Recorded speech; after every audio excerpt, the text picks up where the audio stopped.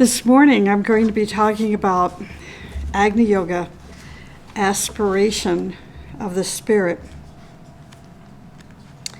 This kind of talk is really dedicated to people who have, I'm going to say it, moved beyond thinking that the mundane life is all there is, that the bank account is all there is, that the newness or oldness of my car is all there is, that my position, my power, the neighborhood that I live in, we've moved beyond all of these things as a focus, as a purpose in our life. And we've now grown into a new dimension of consciousness that helps us realize the purpose of reincarnation is to serve. It is to serve humanity. It is to serve hierarchy. It's not to serve ourselves. It's not to build our ego, not to increase our self-importance. It's just the opposite of that.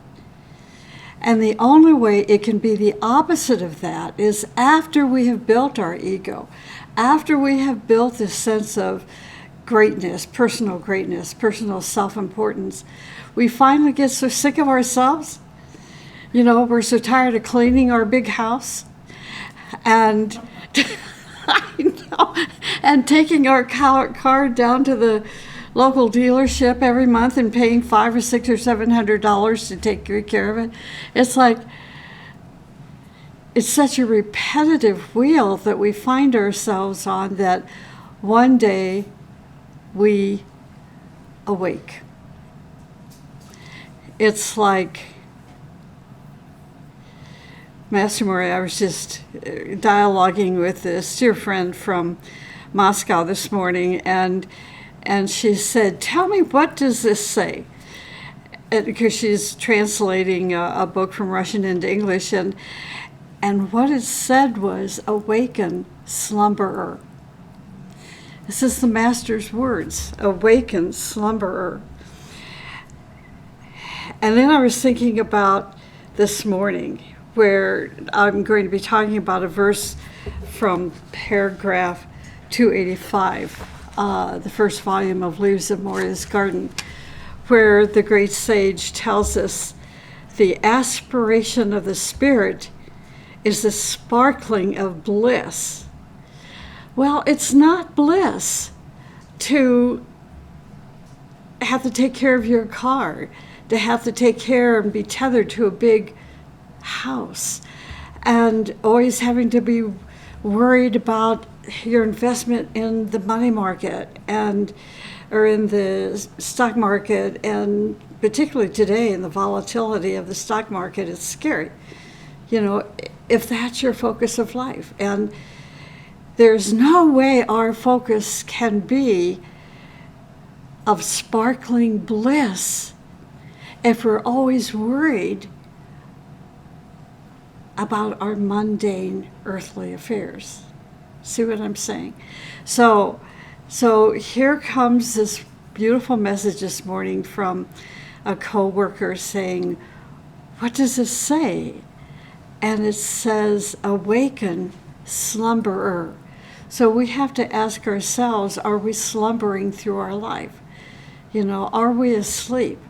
Are we unaware of the most beautiful opportunity we have been given to come into life, to experience the beauty of this planet, to experience the beauty of the Himalayan mountains, to experience the beauty of deodar trees, to experience the beautiful, it's like looking at the plant this morning and these, I don't know if these are Gerber daisies, but kind of looks like, is it? And the orange color is like, how does that flower know to be orange? How does it become orange? And how do we even know it's orange? We become, we want to move beyond. And so when we move beyond, it requires aspiration. And MM says the aspiration of the spirit is a sparkling of bliss. So just think today, throughout the day, am I living in the sparkling of bliss? Or am I worried about tomorrow? What ignites aspiration of the spirit? This is an important question as we think throughout the day about bliss. What ignites aspiration of the spirit? It is vision. So, without vision, there is no aspiration of spirit. Without vision, there is no aspiration of spirit. A vision can come from within our own consciousness. It can be inspired by the treasury of our chalice, or it can be inspired from our higher self. This is where vision can come from. It can be given to us by an earthly teacher. We can be inflamed with the vision by participating or by being touched in some way by the enormous achievement of some person or some group. It can inspire us, and that inspiration becomes aspiration. So aspiration is the result of inspiration. We aspire towards something. Bliss is the effect of aspiration. Bliss is the effect of aspiration. Bliss is the kiss of God, the fragrance of the Most High. It is the beauty of the fiery abode. This is what bliss, we can understand bliss as being, the kiss of God. Master M says this. Sorry, I've got lots of things under my feet here. Master M says the aspiration of the spirit is the sparkling of bliss. Now, this is a term, sparkling, that some of you that are working with the translation of the High Path, you're coming across this word sparkling. What does sparkling mean? Should we keep it as sparkling? Maybe we should change it into another word. Keep it. Sparkling. The sparkling of bliss. Sparkling means vibrant. It means vital, life-giving. So aspiration of the spirit is the sparkling of bliss. The sparkling of bliss is vibrant, vital, life-giving. It is an electrical, fiery energy. An energy that bestows what? Dedication, striving.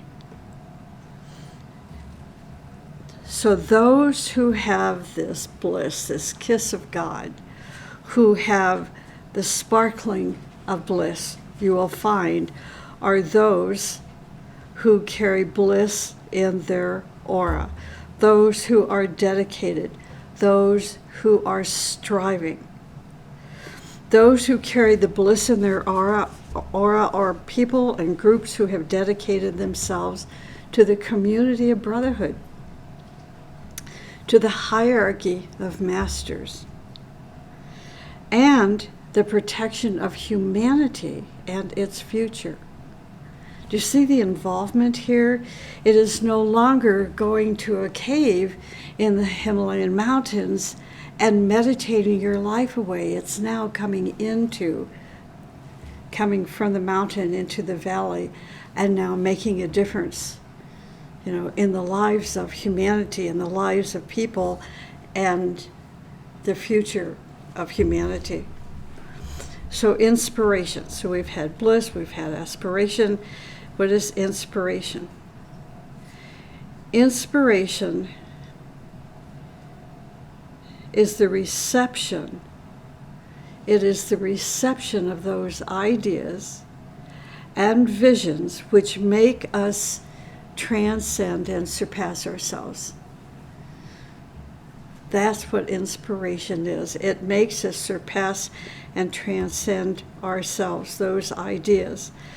So then bliss. What is bliss? How does bliss tie into this? Bliss is the fire of intuition. So intuition is the reception of the sparkling of bliss. Intuition. Aspiration is the response. The heart will aspire if it is ignited with a vision. If the heart is not ignited with a vision, there will be no aspiration. Imagine living a life like this and you become 90 years old. Most 90-year-old people are in a nursing home or in an assisted living. You go into a home like this, it is very depressing. It stinks to high heaven. I'm sorry to be so coarse, but this is a fact. If we could just change that perception and that fact and say, wait, you don't have to be like this when you're 90. You don't have to be depressed. You don't have to be being attended by nurses and doctors and tubes and medication and so forth. Just have a vision in your heart. And that vision is what gives you aspiration. It gives you inspiration toward which we aspire. So, I have a dear friend who's in her 90s and she's near the end of her life now. But it was the day before she fell and appears to have had a stroke. She called and she said, I have to sign up for class. I haven't signed up for class yet. Imagine being like 93 years old and picking up the phone and saying, I haven't registered. And every week I get a piece of mail from her that I can hardly read. And it's like these cute little stickers all over the envelope, and inside the envelope it's always a card and pieces of news that she's cut out of the newspaper and always something inspirational. She has a vision. If the heart is not ignited with a vision, there will be no aspiration. When you have been inspired with a vision, your heart will aspire toward the manifestation and the realization of that vision. If your heart does not absorb the beauty, if your heart does not absorb the beauty of the vision will be interpreted through your intellect.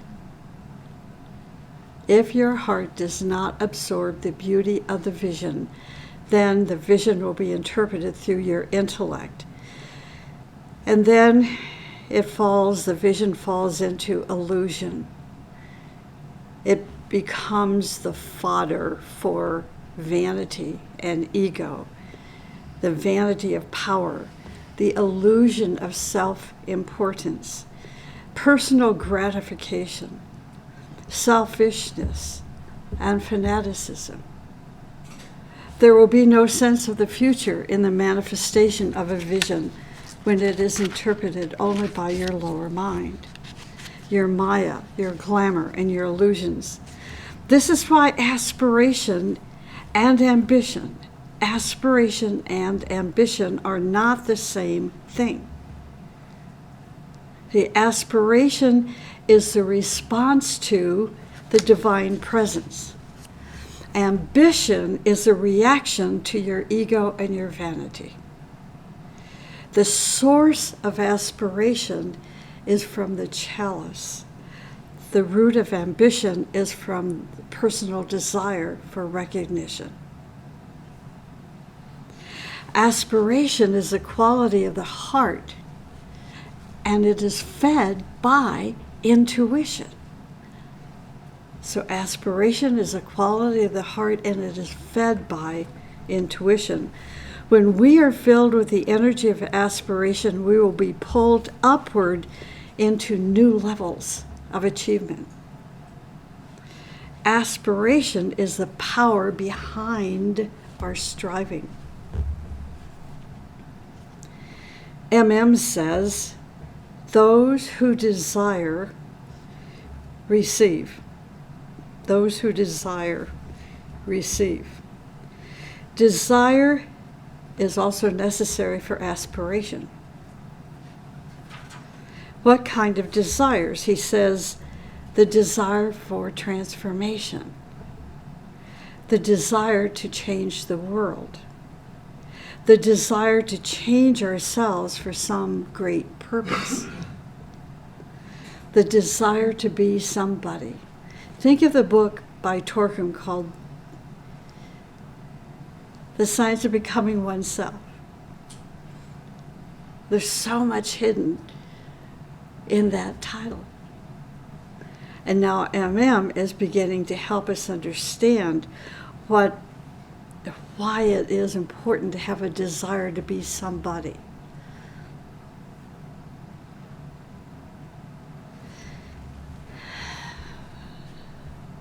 The call.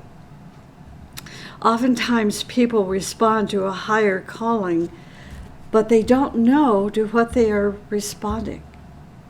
Their brains are too small to have a consciousness that knows what is occurring. But the heart will respond.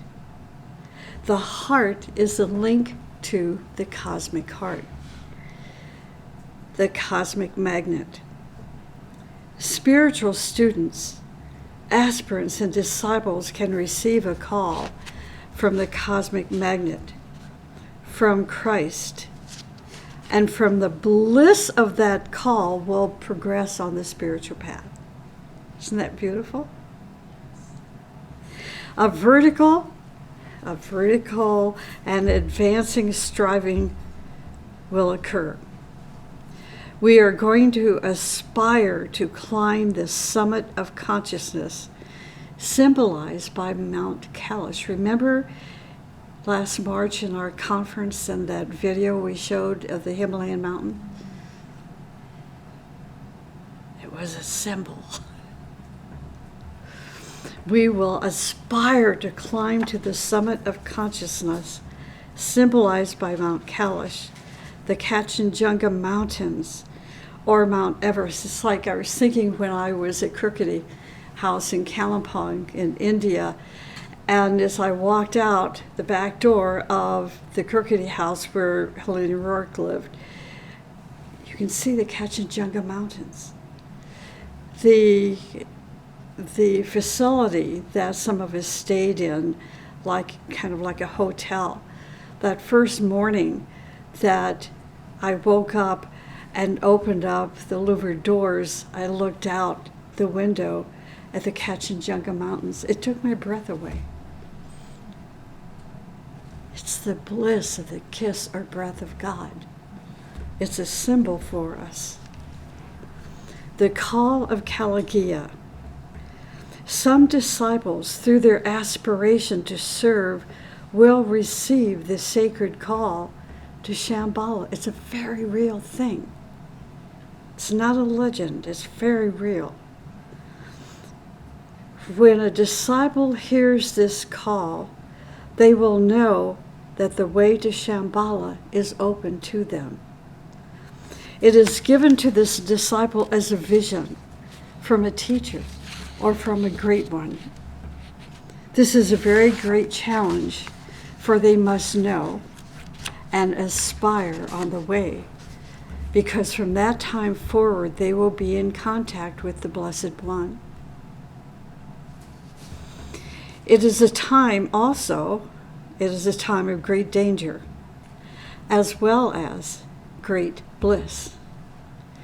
Danger, for if the person has not done the necessary purification of their lower nature, their ego may even reject this sacred call. Imagine.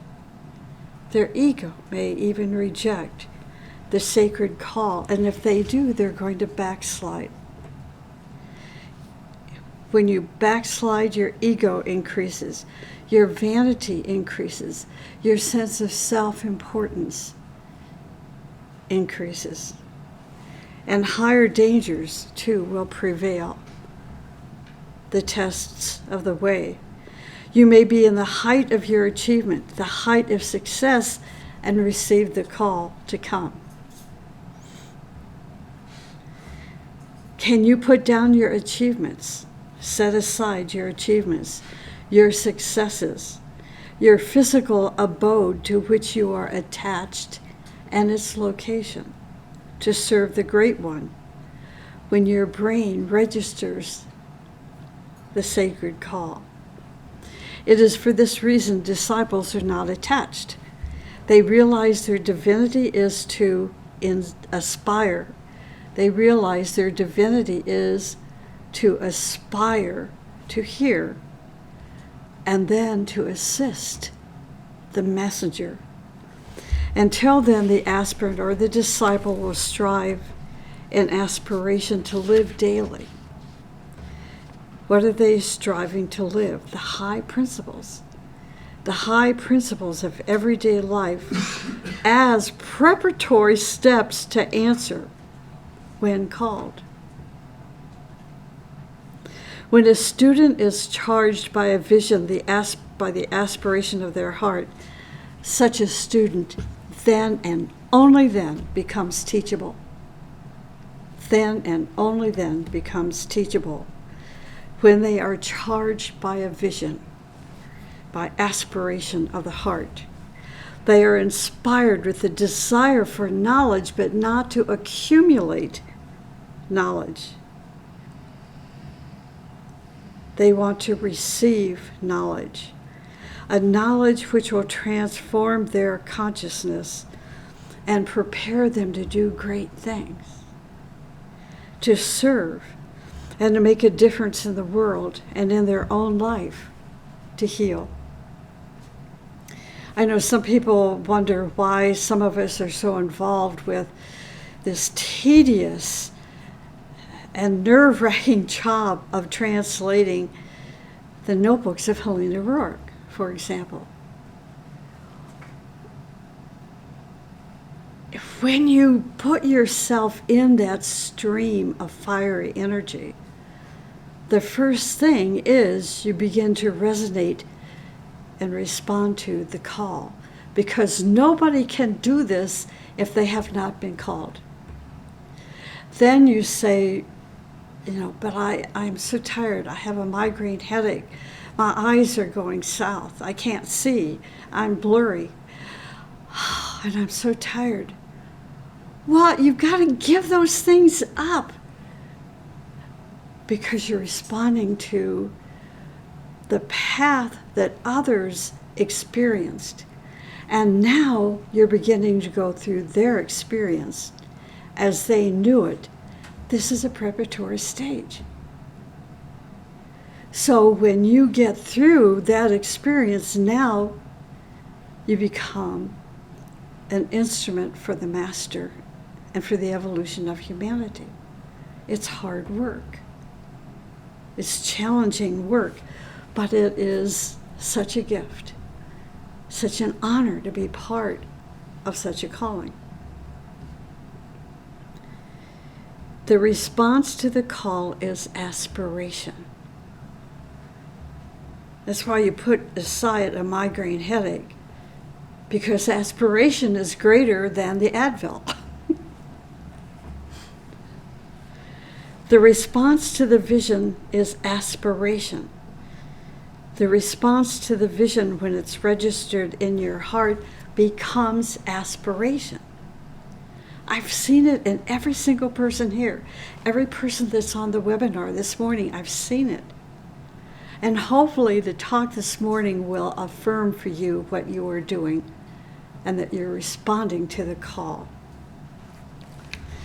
Aspiration is also the response to love. Does someone love you, really love you? When my spiritual search led me to my teacher, I felt like I was meeting the fragrance of spiritual love. A love where I could place my trust. a love which was soul to soul. It was not personality. All that is stripped away, and all you see is that beautiful sparkle of bliss when you meet the teacher soul to soul. When you feel the bliss of love, what occurs? Creative aspiration. Don't you want to engage in something creative? Don't you want to aspire and strive towards something better when you are bathed in spiritual love? This is why marriage, the union of marriage, is most sacred, for it is the union of two souls, which forms a creative union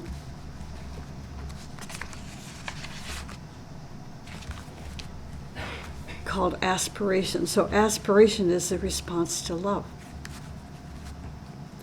Love manifests into beautiful forms of creative energy. Not all marriages are made of love. Some are made from personal want, to have their needs met, to have security, to have a better house and a better car, and so forth. But a true marriage, a union of love, will aspire two people to create and manifest great gifts to inspire their family, their group, their community, and this and that. If members of a group have love for one another, their hearts will be filled with aspiration, and the path will be clear. The destination is established, for their aspiration will result in service to the great ones. Their service will be a treasure map, which will unfold the way to the tower, the abode of God. See how beautiful this is? Throughout history, people have continued to search for a map which will show them the way to Shambhala, the tower. The divine presence is the cosmic magnet. It is the heart of all life.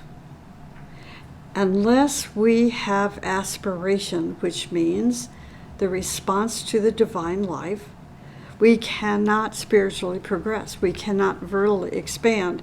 We will simply grow fat with self-importance.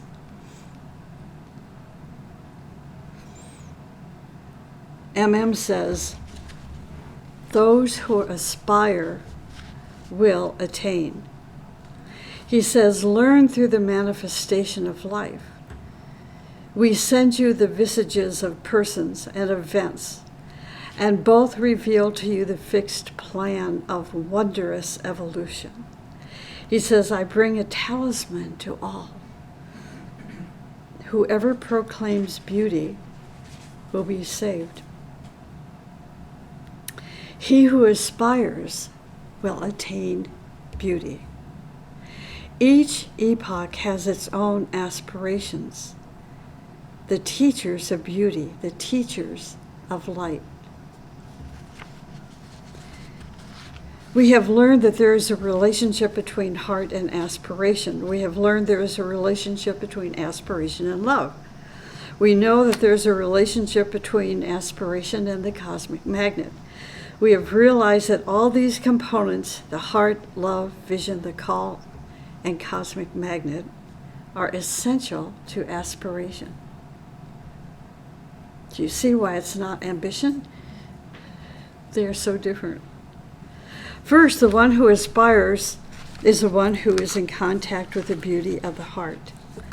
They are the fragrance of love, a petal in the flower of hierarchy, and will plant the seeds of this fragrance in everything that they create,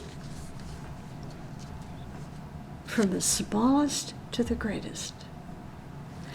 Second, each epoch has its own aspirations. This indicates that each epoch, each era is given a keynote, a vision which has been inspired by whom? Not by mom and dad, not by the CEO of the bank or your company. It's given by the community of hierarchy. It is a community of hierarchy who sends us their messengers. They send these messengers to different parts of the world, and it's the messengers who carry the keynote. They can be called messengers of aspiration. Nicholas and Helena Rourke were such messengers. They were, perhaps we could call them, the flames of aspiration for this epoch, because they gave humanity the teachings of Agni Yoga. Helena Blavatsky, who founded the Theosophical Society, was a messenger. Torquem, our beloved teacher, was a senior disciple of those messengers.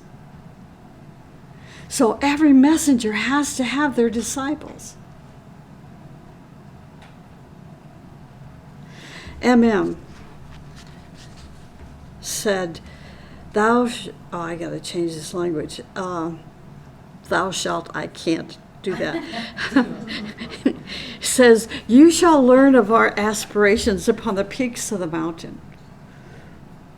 This is why we call our sanctuary Isvara. It means the Lord of the mountain.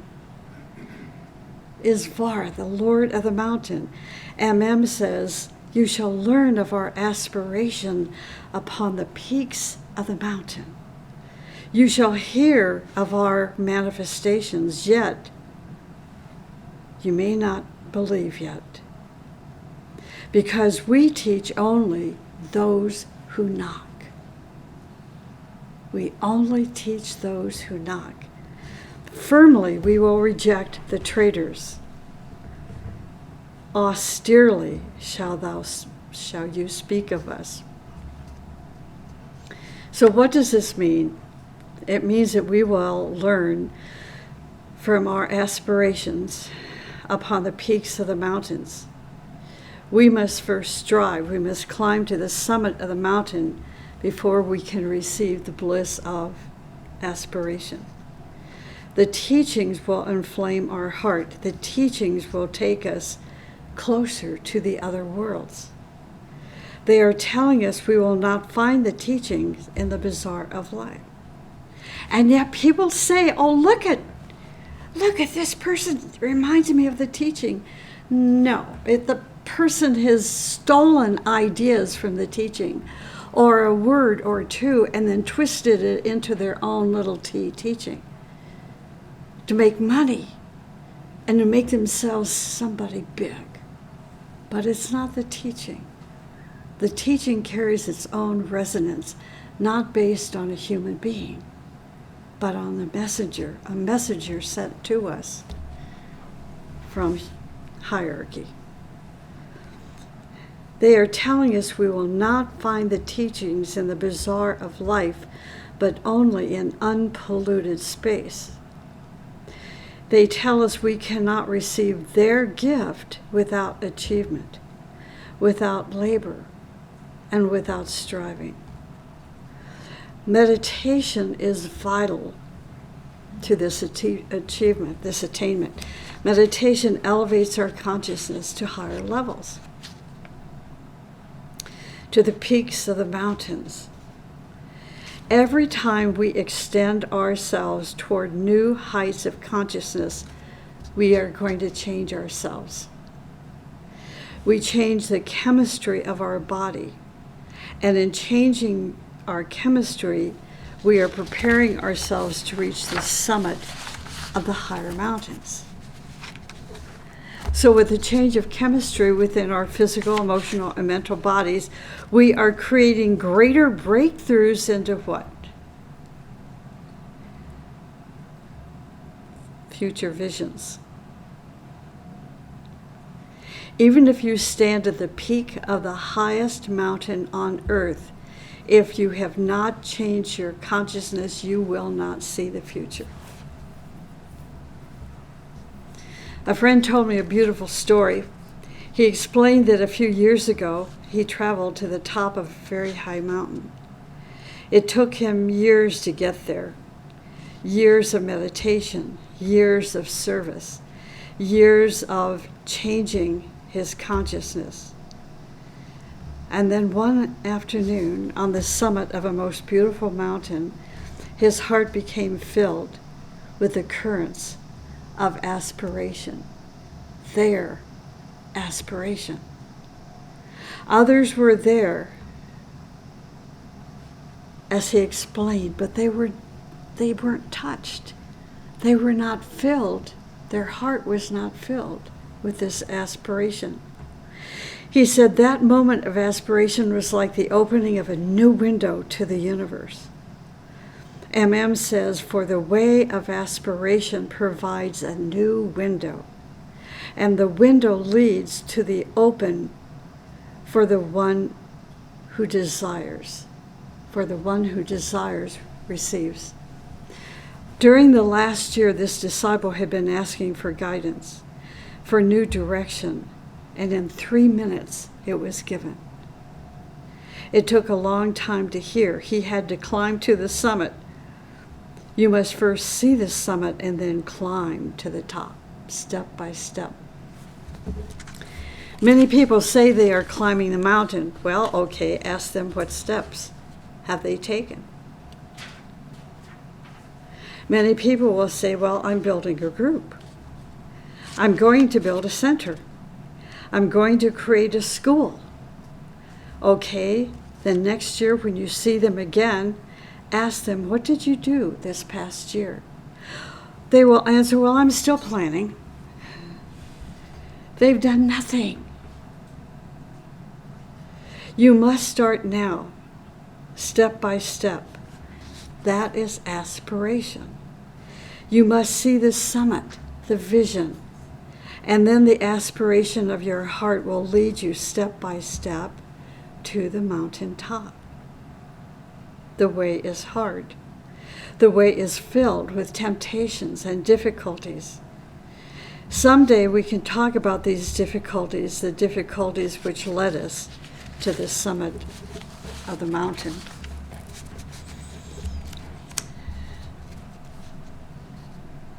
MM says, you shall hear of our manifestations, but yet you shall not believe.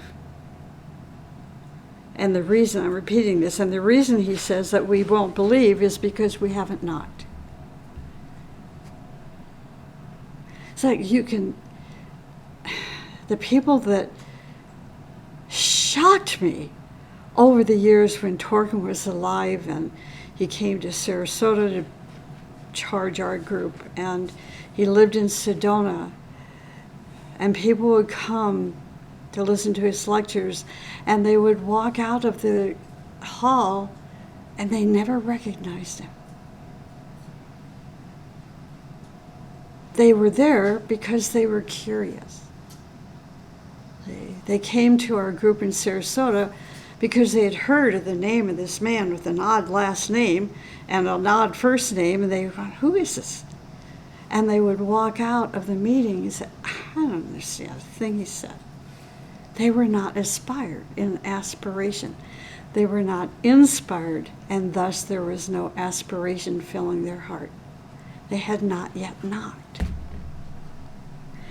MM says we teach only those who knock.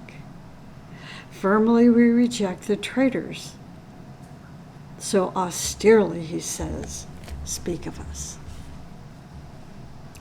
The teachings have always been available to us, but if our consciousness is not tuned to the beauty of the wisdom, we shall not believe. Well, I think of this dear woman who is like minutes away from wrapping up this life. She is not talking about the end of her life. She's talking about new beginnings. Imagine.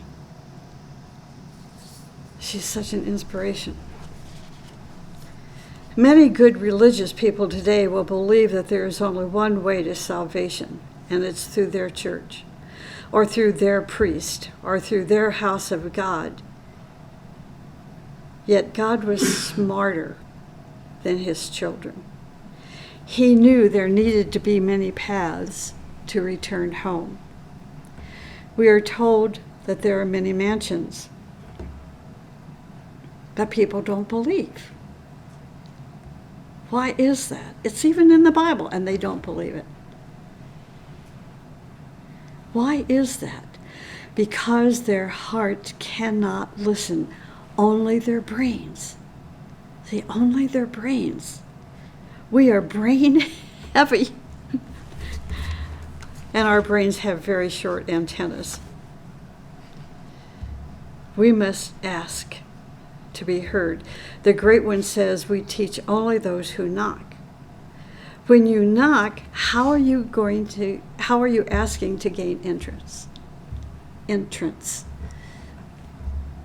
How are you asking to gain entrance? For what reasons?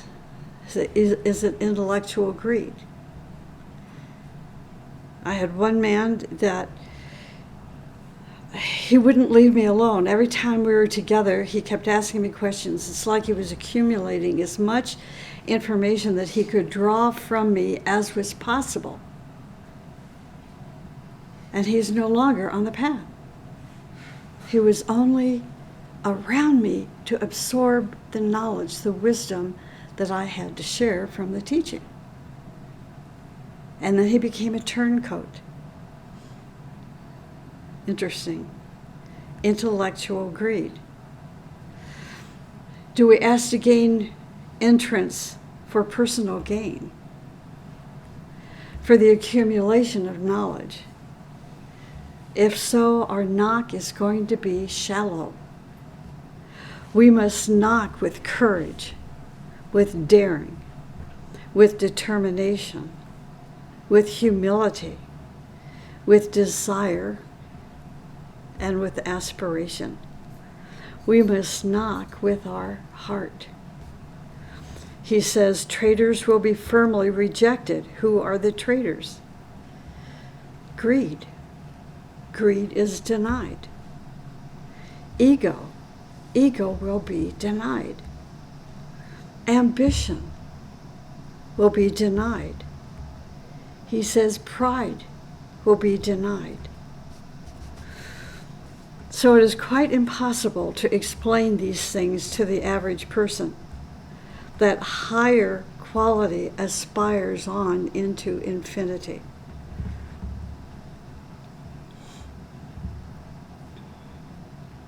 Precisely in the endlessness of higher tension lies the discovery of true knowledge. We must find the courage to labor for infinity. We can develop within ourselves a continual learning, which is important not as a cataloging of facts, but as an expansion of consciousness. So I'm going to let me end with this quote. It's from Leaves of Moria's Garden, page 173 and 174. The Great One says, "Who then are my people?" The answer, those who do not feel any place to be their home. Well, that's a tough one. Those who do not feel any place to be their home. Those who do not attach any value to objects. Who love to ascend mountains.